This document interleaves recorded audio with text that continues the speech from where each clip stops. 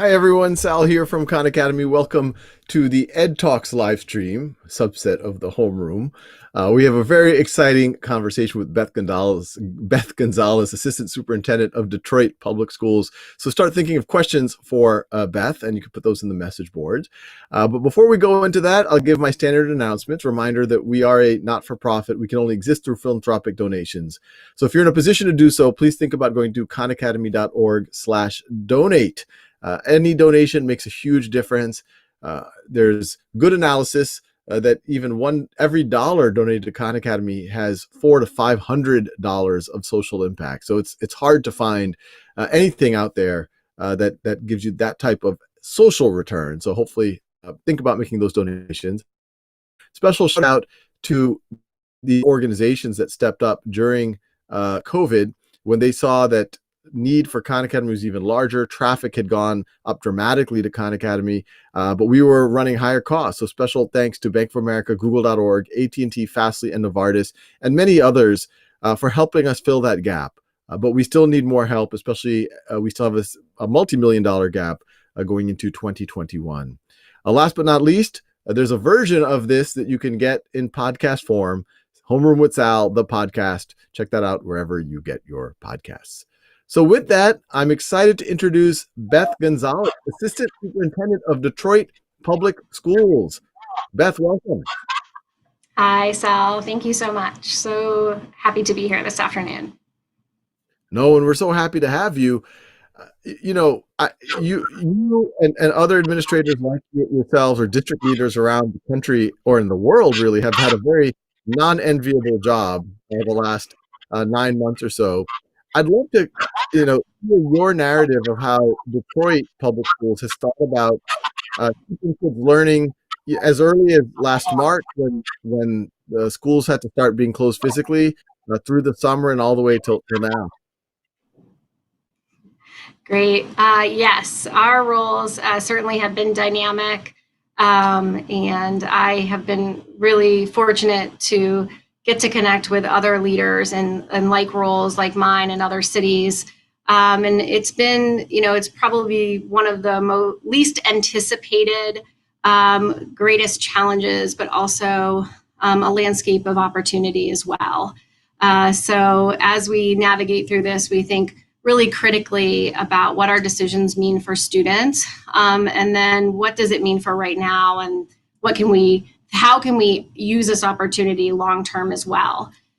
So in Detroit, it's been a really interesting journny. So beginning in the spring, obviously, like most districts nationally, without any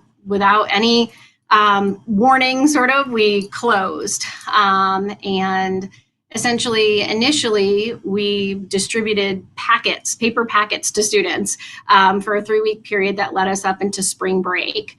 And then during that almost 4-week timeline, my team and other teams working with, actually in our district, about 126 educators and a number of partner organizations really launched what we called a distance learning plan. And that was where we shifted from, to online instruction, right? With pre-recorded lessons. We developed over 1,000 of them. We leveraged Khan Academy content and daily instruction for a limited period of time with our educators, building up on a platform we had already been using, but not at scale, Microsoft Teams. And what we learned in that time was we were able to ensure continuity of learning. We built on the high quality instructional materials that we had adopted over the last few years to be able to continue instruction aligned to our vision of excellent instruction. But all of our students did not have equitable access to that instruction. So some students were watching these YouTube videos on phones, participating in class through Teams on cell phones, through apps, versus actually having a stable computer.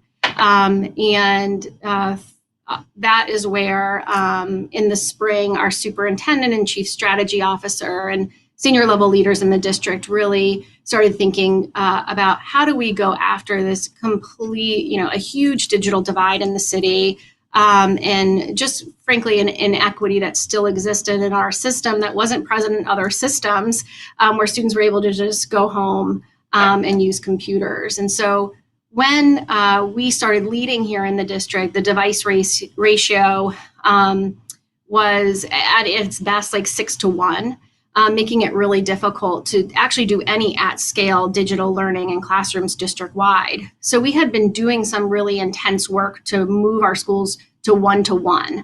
And last spring, we were in the last deployments of our high school. But, really what our students needed was devices in their homes. And so we were very thankful in working with the philanthropic community to receive a $23 million investment for an initiative that we called Connected Futures. And through that and through the summer, we deployed about 44,000, over 44,000 devices to the students in our district, which we sit just above 50,000 students. And so, through the summer, as we reached fall, we really worked on closing the digital divide in terms of access devices. However, that did not mean that all families and students were well equipped to use that device to learn on a daily basis. And so while we celebrated that opportunity, we've faced a number of challenges, even after students had access. And the district actually made about a $4 million investment in students having access to internet connectivity in their homes. And that's a commitment that we'll continue. So we've just really we're constantly reflecting on what we've been able to accomplish, where we are, what are the challenges our students and families are still facing. Because despite having done that work, and there's a lot of cities nationally who have like stories, and I think that's, that in itself is progress, but we still have students that aren't able to participate in school on a daily basis. And we've launched a number of things to address that, but certainly have still more room to grow. And so I would describe that overarchingly as sort of like what's happened in Detroit. And for me, one of the things in my role as assistant superintendent for curriculum instruction, teaching and learning is at the core, the heart of what I do. And so we have been really, really focused on making sure that our students have continued access and our teachers have continued access to high quality instructional materials that are highly rated, that are, part of our work. And that's part of the work we're really still pursuing is culturally relevant materials.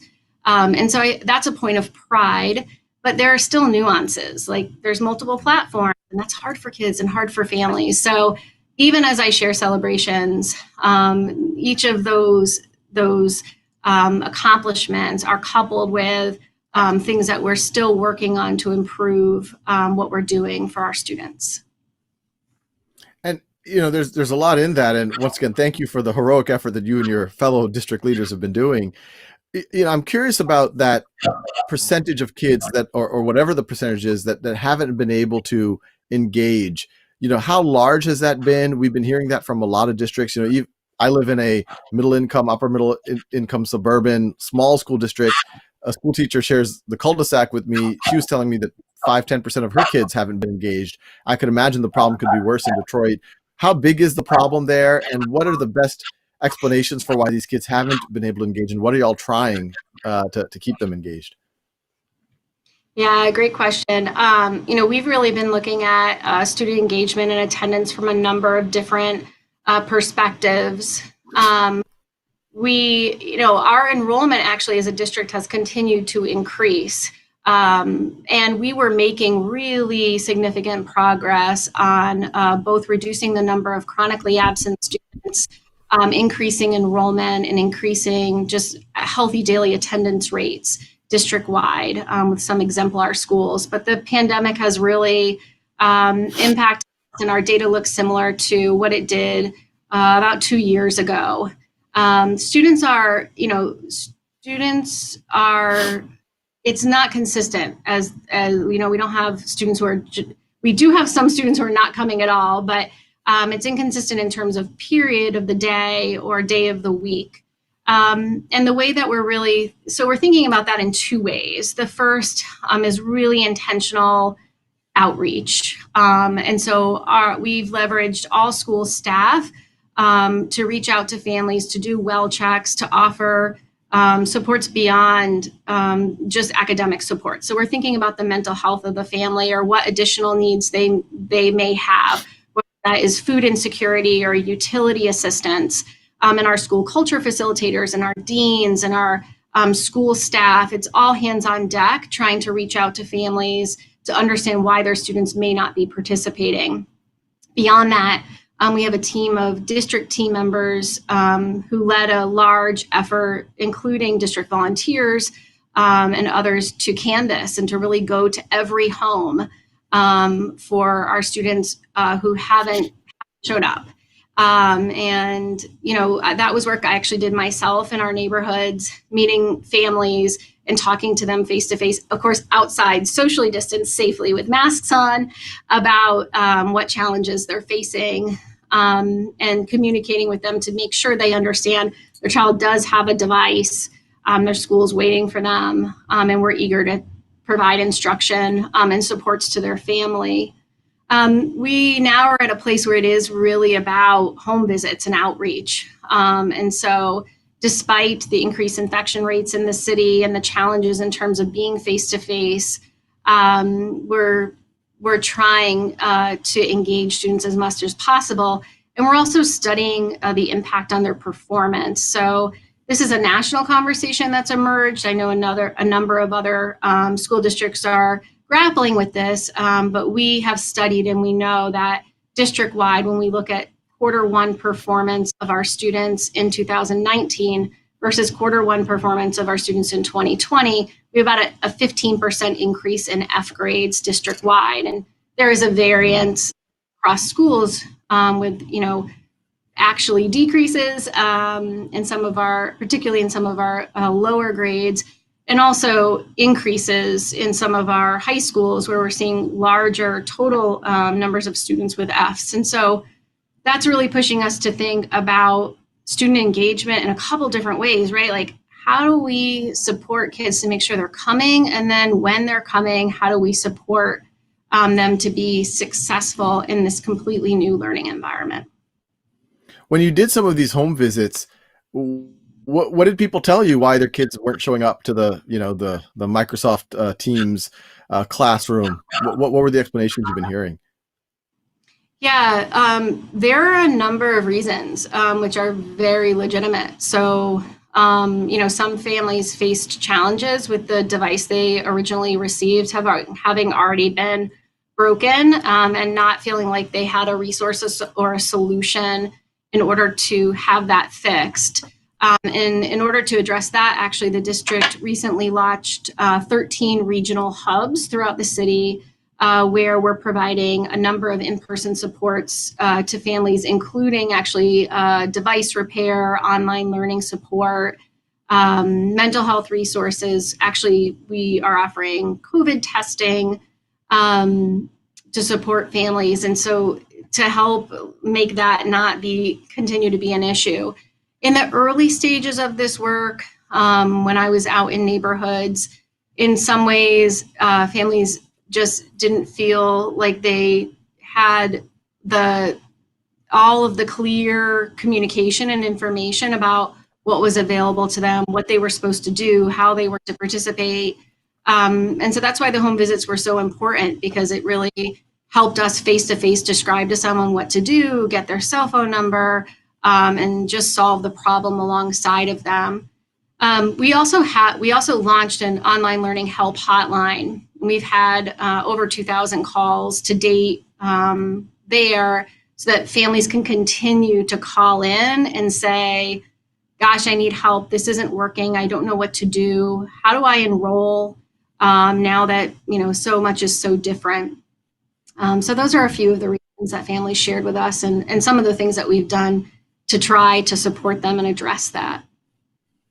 So it sounds like it's, in some categories, just tech difficulties, and then probably a little bit of an activation energy of just not knowing how to engage in this new this new world. On the other issue you mentioned, the students failing disproportionately, especially at the high school level. How do y'all categorize that? How much of that is the access issue we just talked about? How much of that is kind of stress and mental health and anxiety and depression? And how much of that is just something else? Yeah. So we're actually studying the relationship right now between student performance and attendance to see, what the relationship is there. We've also been actively engaging in focus groups with our students to hear from them, what their perceptions are about this challenge, what ideas they have, how they feel. And we've heard a number of things, from students themselves.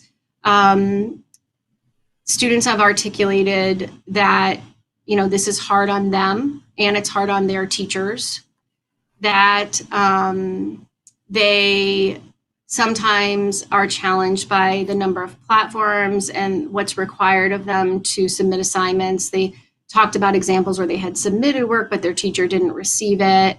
They talked about the expectation for submission of work, feeling as though, we're not in school, we're at home, we're online, but my teacher's expectation for turning things in on time hasn't really changed, and it's really not sensitive to where I am in terms of having to provide care for a younger sibling or having to, be a caregiver in my own home or having other responsibilities.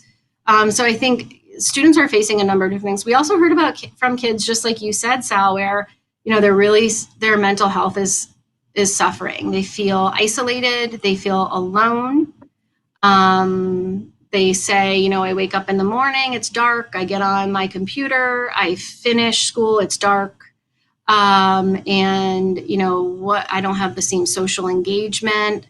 So, one thing I didn't speak to earlier was our district was actually one of the first school districts now. I think it was the first school district nationally, certainly large urban, to welcome students back for in-person instruction after the spring closure. So we started preparing and launched in-person instruction in the summer and had only like 3 cases in our schools at that time.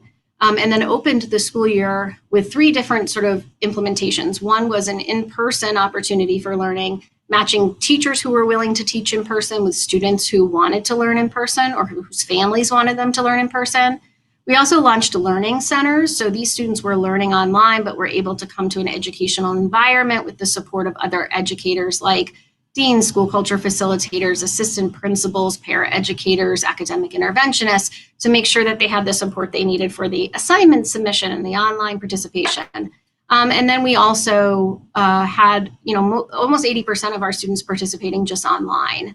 But unfortunately, because of increases in infection rates at the very end of November, we had to shift to just online learning again. And so these challenges that some of our high school students are facing are actually increasing, not decreasing, with their siblings not being able to go to learning centers and learn in them if they benefited from it learning in person. So that's why we're talking to them, to learn from them about the challenges they're facing and to move to strategies that make sense for a pathway to success, including supporting our own educators and guidance on equitable grading practices, for example. I mean, on that last piece, this is something, we've always talked about at Khan Academy pre-pandemic, this notion of mastery learning, that if you get a C or a B or an F, that you should always have an opportunity to remediate and get it to an A level. Especially during COVID, this seems important because we all know what it does to a student's self-esteem. And frankly, if they have a gap in something, they should be able to fill it in. Otherwise, they'll have trouble with more advanced topics. Do you see mechanisms by which y'all can, these kids who are failing or getting worse grades than they normally would, to be able to do makeup work, so to speak, to maybe improve their grade so it doesn't have a lasting implication for their life? Yeah, in fact, what you're describing is something I'm really personally passionate about. I was a math educator, and so much of our work leading up into this pandemic, with the current student performance in the district, we have a number of students already who would be considered 1 or more years behind. And so a huge part of our work is providing tiered interventions to those students and making sure that they have the academic time and space to do that work beyond just continuing with high quality grade level instruction. And so, we do have a foundation around what you specifically spoke to, which is course recovery. We've done work over the last couple of years to have strong course recovery structures in place. Had, over the last summer, we had students recover about 600 courses. And, that's something that we'll build upon as we move forward. I think our job right now, given where we are in the school year, is to think about and enact strategies to prevent some of that with our educators so that work can be done before students find themselves in that space. And so not only are we doing work for success with grade level instruction, but we're also actually expanding and pursuing, with this unique structure with differentiated schedules, with things being online, there are actually also opportunities to provide direct services and interventions to students in a way that, we can do in person, but the online structures have some value. So in fact, in our high school, we have students who really need reading interventions. I mean, I realize at that point, most students are, using reading as a tool to learn and achieve in their core courses, but we've made a deep commitment to addressing students' learning gaps. So we're launching, and we've done work, our district-wide, in fact, our goal is to reach over 9,000 students in Tier 3 reading interventions, using this opportunity and being able to flexibly group them, right? Because they're not in a brick and mortar building in one space. They can only come together at one time. We can actually pull cross schools and cross classrooms to do some deep interventions, whether those be one-on-one or three-on-one. So this is all work that we have underway, we're pursuing, and we just hope to expand. And to your point, to continue to leverage the resources, like Khan Academy and math to help support that. Yeah, no, the dream scenario is for students to show mastery on Khan Academy that y'all give them credit, but we could talk about that offline. There's a question related to this from YouTube, Nish786, and there's actually 3 questions in here, each of which are pretty big. But so they're asking, does online school work well for both teachers and students? And maybe, we've talked a little bit about where it's not working so well for students. I am curious about the teacher side of things. What are you hearing from teachers about what's not working for them, or are there certain things that are working well for them? Yeah, great question. I think if I answered that with a broad, stroke, a yes or a no, I would not be attending to the nuance here because obviously our teaching force, like other teachers nationally, we're a diverse set of educators with lots of different experiences and perspectives. And so, the things that I've heard from educators that are working well, one is, obviously we are in a pandemic. And so, there are a number of educators who have clearly expressed their concerns about teaching in person. And so I think the opportunity to teach students online is educators are thankful for that opportunity for their own safety. But I will say we also have had a strong group of educators teach in person, and we've invested in a significant amount of PPE and resources to help make those safe environments for educators and students. Teachers, have said, they feel supported by us. So we adopted a learning management system called Schoology. We ensured that we, procured and provided to educators all of the online options for their existing programs. So we didn't force them to learn something completely new just to do it online. We really transitioned their existing content to a digital platform. We also complemented the use of Schoology with Teams and have made iterative improvements there for teachers to deliver instruction. And we've really put our teachers at the center, meaning them delivering instruction each day to students, we think is a real priority in our implementation. I think teachers, have grown themselves in their digital literacies and capacities, and they actually see growth in kids, and especially our teachers who are serving our youngest students.